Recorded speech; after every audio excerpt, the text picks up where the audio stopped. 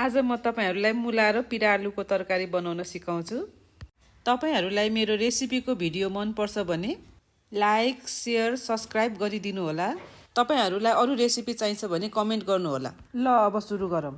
यो बनाउन यति सामग्री चाहिन्छ। पिरालुलाई पहिला राम्रोसँग तास्नु पर्छ। हेर्नु त, तास्न चाहिँ अलि गाह्रो छ। तासेपछि यस्तो हुन्छ। अनि काट्ने, मुलालाई पनि पखालेर मुला पनि काट्ने, अनि गोलबेडालाई पनि काट्ने, प्याज पनि काट्ने, अनि एउटा कुकरमा तेल राख्ने, मेथी पर्काउने, खुर्सानी पर्काउने, प्याज भुट्ने। यतिको प्याज भुटिसकेपछि लसुन अदुवाको पेस्ट राख्ने। मैले चाहिँ फ्रोजन गरिराखेको थिएँ।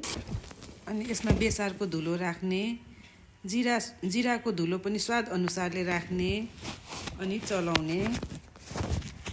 यसलाई एकछिन भुट्ने, मसलालाई एकछिन भुट्ने। भुटिसकेपछि गोलबेडालाई पनि एकछिन भुट्ने, अनि नुन स्वाद अनुसारले राख्ने, अनि एकछिन राम्रोसँग सबै मिक्स गरेर चलाइदिने। यतिको भएपछि चाहिँ हामीले मुला राख्ने। मुला पनि एकछिन भुट्ने।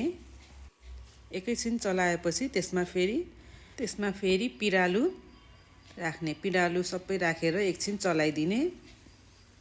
सबै मिक्स गर्ने मसला, त्यसमा गरम मसला थोरै राख्ने। अब यसमा थोरै पानी पनि राख्नुपर्छ सिटी लगाउनलाई, नत्र टाँसिन्छ। अब कोसा राखेर चलाउने। कोसा राखेर चलाएपछि अब सिटी लगाइदिने। 2 सिटी 3 सिटीमा चाहिँ पाक्छ। यतिको बाक्लो खान मन छ भने पनि भयो, हैन भने थोरै पानी राखेर ग्रेभी गर्ने।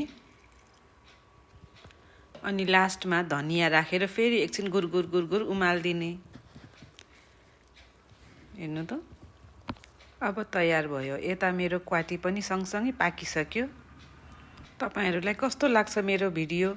मन पर्छ भने यो रेसिपी हेरेर बनाउन सक्नुहुन्छ। धन्यवाद। र मलाई लाइक, कमेन्ट, शेयर पनि गरिदिनु होला।